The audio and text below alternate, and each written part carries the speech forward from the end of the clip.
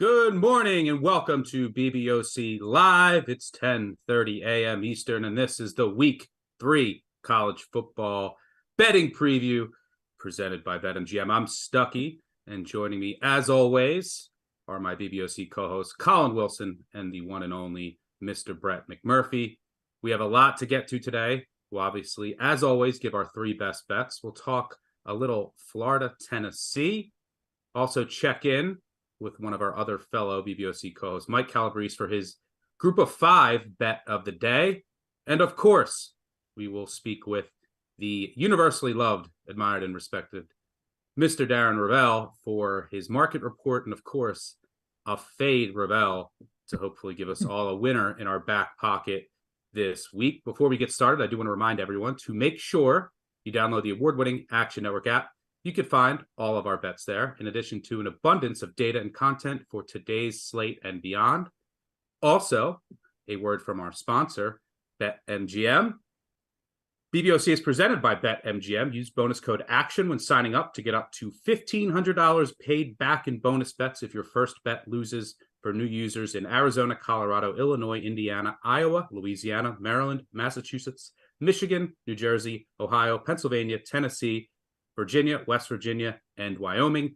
Terms and conditions apply. Must be 21 or older. Gambling problem? Call 1-800-GAMBLER. Again, that's bonus code ACTION at BetMGM. All right, before we get started here, let's take a look at the updated leaderboard. Collin and Brett, hopefully you can bring some winners this week to try and catch up with yours truly. This is not the prettiest looking slate, but I can tell you from experience, whenever the college football board looks ugly, we usually get chaos, and there will be a couple of just wild results that nobody sees coming. So, Collin, I'll ask you on the spot. Pick one big dog that you think potentially could pull off a stunner today. Are we killing our round robin segment? Let's just say in the Big Ten, there are two double-digit dogs that absolutely have a chance of winning today. Hopefully Darren's off the stream before I name which one I think it is. So he'll be a little bit excited about which one's in our round robin. So we'll leave it at that and talk about it later in the show. Brett, do you have a team you want to throw out there? I don't want to kill their chances. No, I'll wait for later in the show for that. Okay. Little teaser there, because we do have some big dogs in our best bets. So let's start with our best bets. And I will kick things off with Georgia Tech against Ole Miss. Pretty awful spot here for Ole Miss, coming off that comeback road win at Tulane. In the game they had no business covering, and actually had trouble putting away the Green Wave, even though Michael Pratt, their starting quarterback, didn't play. Now you come home for Georgia Tech, who last week played an FCS opponent, so they should come in well rested. And Ole Miss next week has Alabama, then LSU. Lane has not been great in this spot historically, and I doubt he wants to show much with the heart of his schedule coming up. So if necessary, I'm sure if Ole Miss builds a lead, they're probably going to go ultra conservative, which, if necessary, would leave the back door open. I still think this Georgia Tech offense is a little undervalued in the market.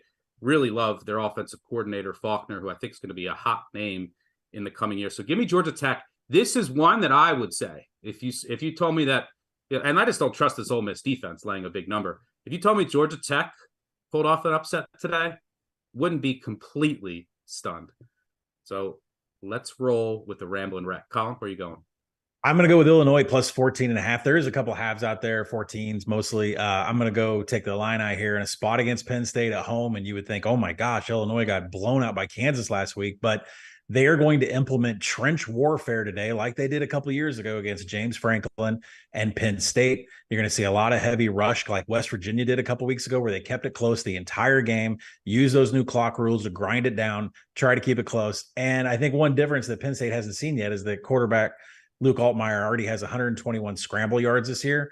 Reggie Love III averages 3.5 yards after contact. So there's some, scrambling going on from an RPO perspective that maybe Penn State won't be ready for on the ground, because this is going to be a complete ground game.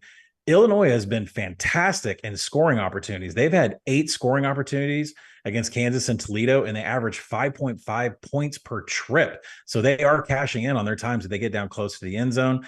And like I said about the time and the clock escaping, Penn State is 6th in time of possession. They are dead last in pass explosives. What does that mean? That means the Nittany Lions are just methodical. I mean, they have 2 great all-star running backs. They're just not going to, they're going to burn a ton of time off the clock. No explosives, no quick scores. Look for Illinois to cover 14. Yeah, this should be a game where we learn a lot about Penn State. There are questions about that wide receiver room, and I think that is what's going to determine whether or not Penn State can live up to its full potential this year. And now you're seeing this Penn State, offense and wide receiver room go up against a secondary that lost 3 guys in the top 75 of the draft.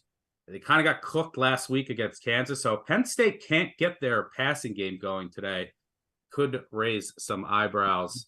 Hopefully, for your sake, Collin, and your bet, we see 9 overtimes, or how many overtimes did we see in Illinois Penn State? Hopefully for our future, though, Penn State comes out on I'm top. more scared fading James Franklin again and him pushing one in at the end. So we'll see if that happens again on this show.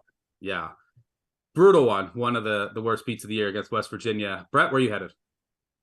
The game of the day, at least with the national networks pregame shows, Colorado State. Stuck, you know how smart I am. Back in July, I was in Vegas for Mountain West Media Days. There, we cashed again with the Media Days reference. I saw Colorado State getting 10 against Colorado. I'm like, that's great. I'll take it. Well, guess what? It's 23.5 now. Not very much closing line value there. Still, I'm dumb enough to take them plus 10. I'm dumber to take them at 23.5. One thing, this is the biggest sandwich spot of all time for Colorado, coming off TCU, coming off Nebraska. What do they have next? Oregon. Dan Lanning talked trash about Colorado more than some sunglass controversy with Jay Norvell. And then they have USC. Colorado State's had 2 weeks to prepare. They've got to change at quarterback. Even with the sunglass controversy, I can see clearly now. Give me the Rams plus 23. I agree with you. I got my sunglasses on too, Brett. I'm on the Rams. I take them off. Show some respect. I fortunately did not get plus 10. So I guess you didn't take plus 10 and then minus 24. That could have been a little bad middle there. But I agree with you. I think this line is a bit too high. We've seen, I haven't gotten involved in any Colorado games yet this year. We've seen some cracks, right, on the defense and the offensive line. Colorado State has a bye week to prepare their new quarterback who moved the ball pretty well in that opener. Colorado State, I thought, was going to be one of the most improved teams in the country. It didn't really work out that way in the opener. But in fairness, we've seen Washington State exceed market expectations in back-to-back weeks. They did so against Wisconsin as well. So Washington State is much better than I thought. So, yeah, I think that this game, a rare on-campus game in this matchup. Last time I believe this rivalry was played on campus was back in 2009, also in Boulder, when Colorado State pulled off the upset. They've covered the last 3 that have been on campus, all in Boulder, over the past 25 seasons. Speaking of rivalries, let's move down to the swamp and talk a little Florida, Tennessee, a place that has been a house of horrors for Tennessee. They haven't won in Gainesville since 2003. They've lost 10 straight there. Billy Napier trying to get a marquee win and avoid losing, at being the coach that Florida fans, I tell you, are not going to be happy if he loses here, even though Florida is an underdog, the biggest underdog they've ever been in this rivalry at home. I like the Gators, chomp, chomp. I think they're actually going to win this game outright. They can lean on their outstanding running back duo. Their center is back today. I think they can get a push up front and then control the game flow and tempo here. And I think that's going to be the key. Tennessee, I just am not buying their offense right now. Joe Milton has had accuracy issues. The wide receivers have had drop issues. And look, Milton has a fantastic, strong arm.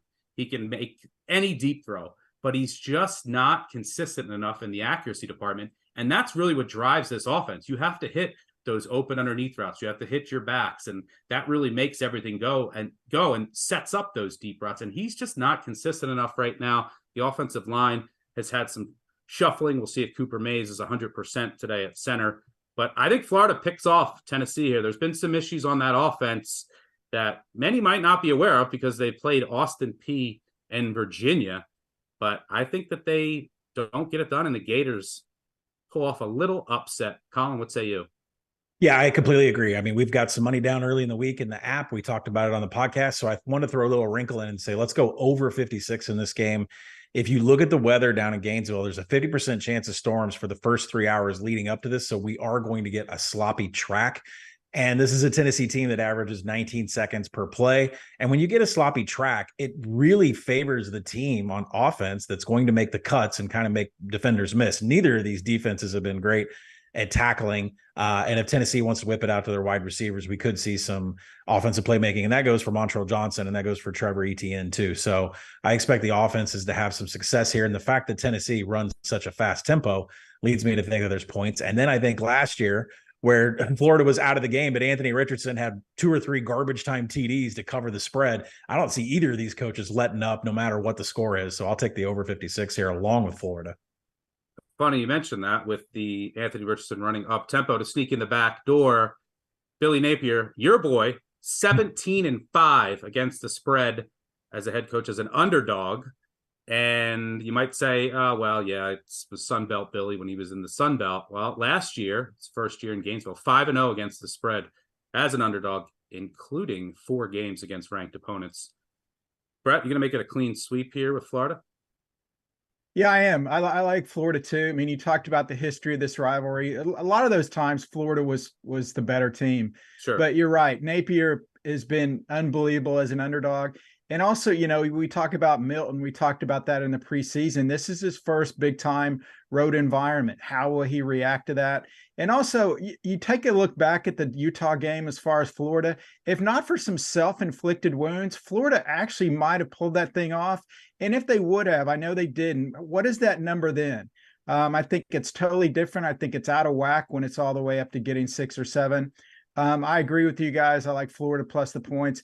2003, the last time Florida lost to Tennessee in Knoxville, both head coaches were grad assistants. Josh Heupel in Gainesville. I'm sorry. Josh Heupel was a grad assistant at Oklahoma. Billy Napier, a grad assistant at Clemson.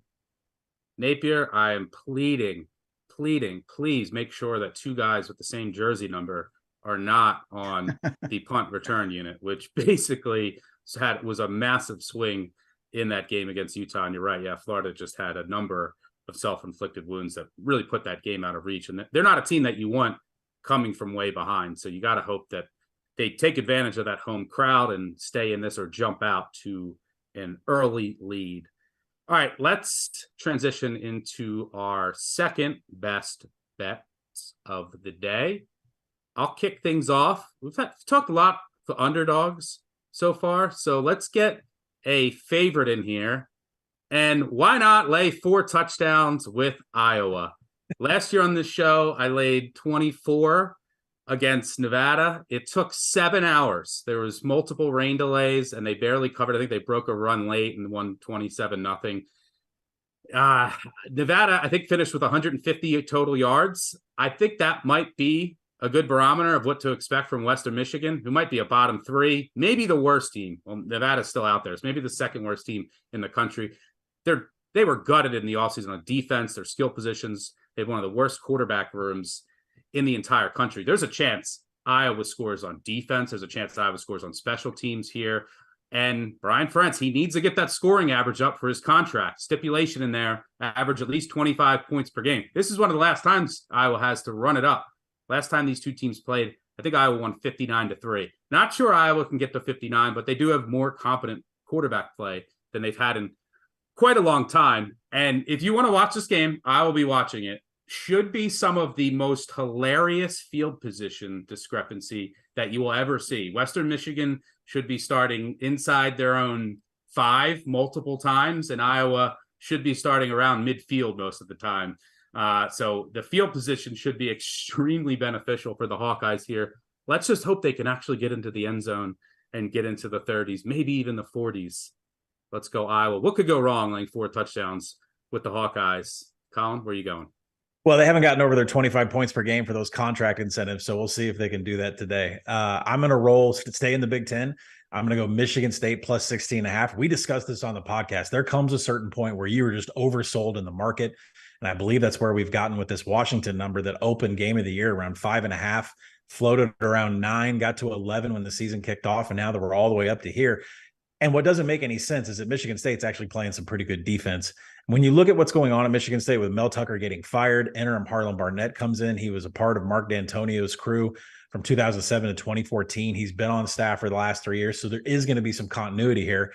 Oh, by the way, Mark D'Antonio is going to come back. He's not going to don in a headset, but he is going to have a huge influence on this game. And that is worth denoting in the power rating. I actually see positives for Michigan State everywhere, bringing in Mark D'Antonio, letting Harlan Barnett be there, because they are, I mean, if you need an example of a coach that comes in and completely changes everything from an interim perspective, look at Boise State and Dirk Cutter last year. Comes in, completely changes that offense, and you can see that Boise State's struggling now because they've lost that interim tag on Dirk Cutter. So I expect D'Antonio to be a huge boost, especially on special teams and defense for a Michigan State team that isn't even struggling in that area. Right now, defensively, they're 4th in quality drives, 13th in finishing drives, and they're 3rd in defensive havoc nationally. So that's going to be a problem here for, I think, for Washington. At least limit them. There's just too much oversold in the market here with Washington and the perception of what Michigan State is when they're actually playing really good defense right now. And Tulsa and Boise State had a lot of rushing success against this Washington defense. Huskies are 130th in defensive line yards. That means Nathan Carter for Michigan State is going to be able to, flex a little bit with his 3.3 yards after contact. So I like Michigan State to keep it closer than what the spread is. Yeah, we'll be interested to see how Michigan State responds here. In fairness, some of their opponents so far, I think they played Richmond and Central Michigan. This is a major step up going up against that passing attack. And another example, though, of an interim coach coming in and really providing a boost just last year was Georgia Tech, for another anecdote there. But Brett, where are you headed? I'm going to stick with the Mountain West theme here, and a lot of it has to do with motivation. Fresno State, field goal favorite at Arizona State. Fresno already has gone on the road and won at Purdue, won at a Big Ten team. Another Power 5 win for Fresno puts them in the driver's seat as far as the Group 5 New Year's 6 bowl game. This is a big game for Fresno. They've shown in the past they can compete against Power 5 teams. And on the flip side, I look at Arizona State. Motivation, I think, is a big issue for them this year. They're coming off the disappointing loss to Oklahoma State. They cannot go to a bowl game. They're ineligible for the postseason this year. And they've got USC on deck next week. So how much are they really going to be focused on playing a Group of 5 team when basically they have their Super Bowl next week to ruin USC's conference title hopes, to basically derail Caleb Williams from the Heisman Trophy? So I'm going with Fresno State. Jeff Tedford is a big Bob Seger fan, so a little night moves late at night with the Bulldogs -3. Brett, just getting the young audience out of the stream. As always, by the way, if you're watching on YouTube, make sure you hit that subscribe, like button. That really helps us out. Yeah, we'll see what happens with the Arizona State quarterback situation there. Bit messy right now. Drew Pine, I think, coming back from injury. And yeah, we'll see if Fresno State can get another road win. All right, let's take a break in the action and check in with fellow BBOC co-host Mike Calabrese for his Group of 5 best bet. Thanks, Duck. For my best bet here in G5 land in week 3, I'm going to the Rocky Mountain Showdown between Colorado and Colorado State at Folsom Field in Boulder.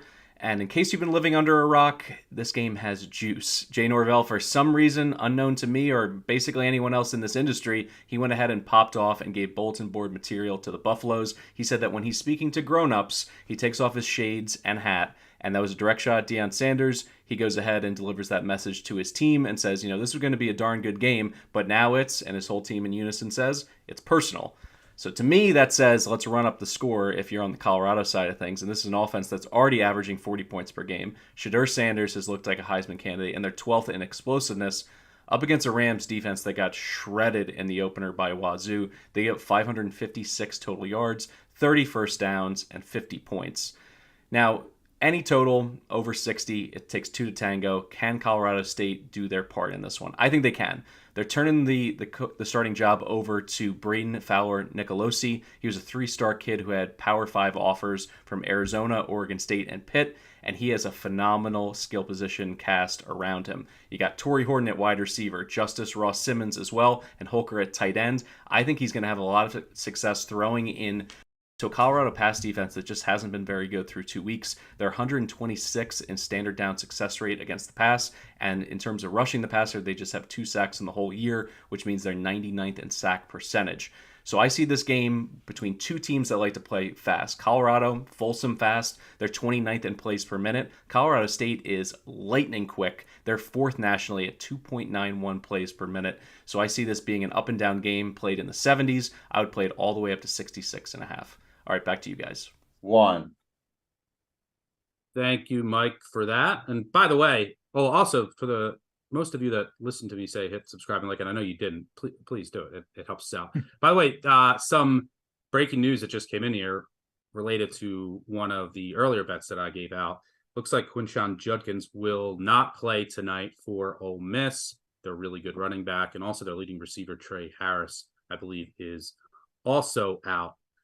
All right, let's move on to our round robin underdog moneyline parlay. Collin, why don't you get us kicked off with potentially an anchor?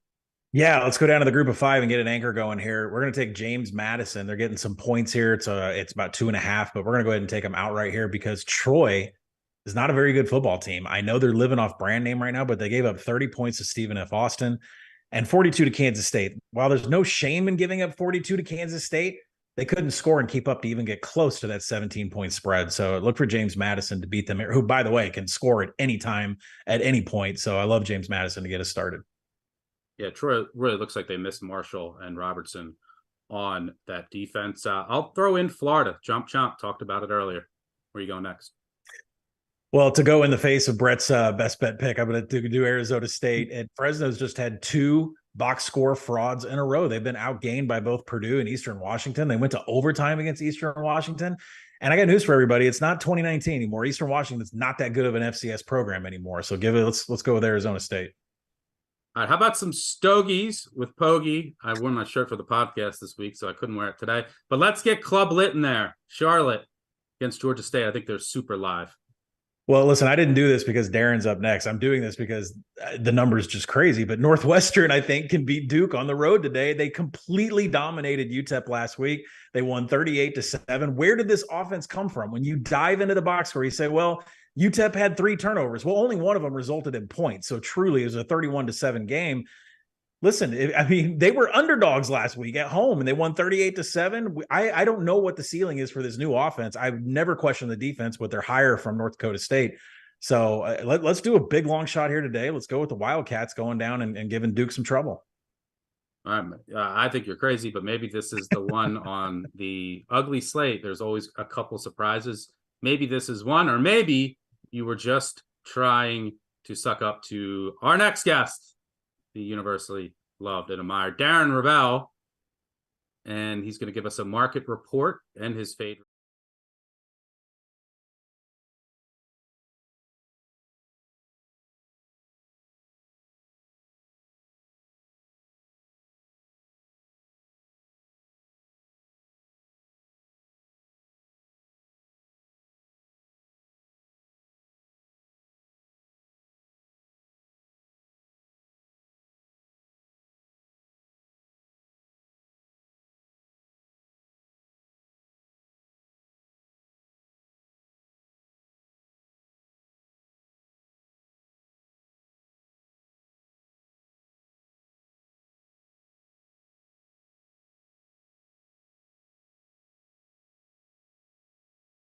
Sportsbooks using Colorado team buttons on the top to remind you, along with the other leagues, that Colorado is available to bet. It is just wild to me.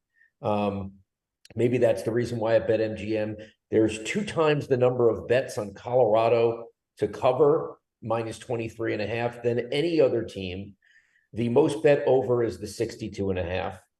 The 3 most bet college props today, all Colorado, Shedeur Sanders over 341.5 passing yards, which is like, I mean, that's like old Hawaii Timmy Chang, Colt Brennan numbers. Xavier Weaver over 77.5 receiving yards, and Travis Hunter over 72.5 receiving yards. So that's the Colorado update, market update. As long as sportsbooks are doing the Colorado thing, that's all I'm going to stick to today. And a reminder that BBOC is presented by BetMGM. Use bonus code ACTION when signing up to get $1,500 paid back in bonus bets if your first bet loses. For new users in Arizona, Colorado, Illinois, Indiana, Iowa, Louisiana, Maryland, Massachusetts, Michigan, New Jersey, Ohio, Pennsylvania, Tennessee, Virginia, West Virginia, and Wyoming. Terms and conditions apply. Must be 21 or older. Gambling problem? Call 1-800-GAMBLER. And Yeah, now, Darren, it kind of reminds me of this is a much grander scale, but Alabama a couple years ago when they would just cover the first half every single week and everyone was betting it, and then the first half spreads were like approaching the game spreads at one point. But it's pretty shocking to watch this crazy market reaction to Colorado, especially after they've covered with ease in the first 2 weeks. But this is what everyone's been waiting for. Your fade, Ravel. What do you got today? I'm taking Colorado State, baby. I mean, come on. Oh my god. I mean, Colorado, this is, I wouldn't have taken them at 10, like, but 23.5, just to be even safe, I bought a little bit more. So I made a little parlay since I'm a square and squares do parlays. I did Colorado State plus 28.5, got me above another touchdown. And I did under 67.5, bought myself 5 more points for plus 115. I'm sitting on a plane tonight. I am just going to be having a bourbon or whatever it takes, and I am going to be sitting in my seat in exit row 20A, and I'm just going to be enjoying myself, making money. With sunglasses on or off? I do. By the way, the best quote on Twitter today was someone who said, "Oh, all of a sudden Dion gives sunglasses to the team and this whole thing, and now Colorado's 5 points better in people's eyes." Colorado State all the way. I don't think they're great, but I don't think Colorado's as good as everyone wants them to be. And motivation over wearing sunglasses and talking to parents in the wrong way, as you guys know, that doesn't buy you any real points. Yeah, I mean, where it could matter is if they're up 21 late, and instead of sitting on it, they go for another touchdown. But the whole world was already betting Colorado. Now the whole world finds out that Darren likes Colorado State. I can't imagine the Too late for them to make that move to turn around the Titanic before it hits the iceberg, Stuck. Unbelievable. All right, thanks, Darren, and good luck because I'm on it as well. All right, let's move on to our final segment of the day, and that's our final best bet. I'll close things up with a game that encapsulates this entire slate, and that's the Battle of I-25, the Rio Grande rivalry between New Mexico and New Mexico State. I'm taking the Lobos. Anything under 3 is good. I am fading this New Mexico State team for a third time on the show. Once they play an FBS team, I think they're completely overvalued in the market after a fraudulent run to a bowl last year by beating a bunch of FCS teams and a corpse of Liberty. New Mexico, it's hard to gauge what they have because they played a team where they were overmatched by and Texas A&M, then they played an FCS opponent that they blew out. But they finally have a quarterback. They haven't had a quarterback in years. This is a team, I think, that has scored over 20 points against an FBS opponent once in the past 22 games. But Dylan Hopkins comes in. I think he provides the offense with some juice. I'm not buying anything this New Mexico State team is selling. Give me the Lobos. Collin, where are you going? I'm going Mississippi State plus 9.5. And God knows that I love Jefferson Pilot time slots and LSU going on the road at 11 a.m. on Central Time. Didn't work out too well against Tennessee with a billion fumbles and special teams last year. It didn't work out too well when they went to Arkansas last year. So let's play it again here. But really the angle is, can you trust this LSU defense after 2 data points on the road? And yeah, I get it that Florida State blew out LSU in the fourth quarter, and that added to some stats. But Grambling scored on their first 2 possessions last week against this LSU defense, drove it down the field for a touchdown. And then in their second drive, they went 12 plays for 80 yards. That resulted in a field goal. Like, LSU's getting pushed around by Grambling on scripted plays. That doesn't make sense to me whatsoever.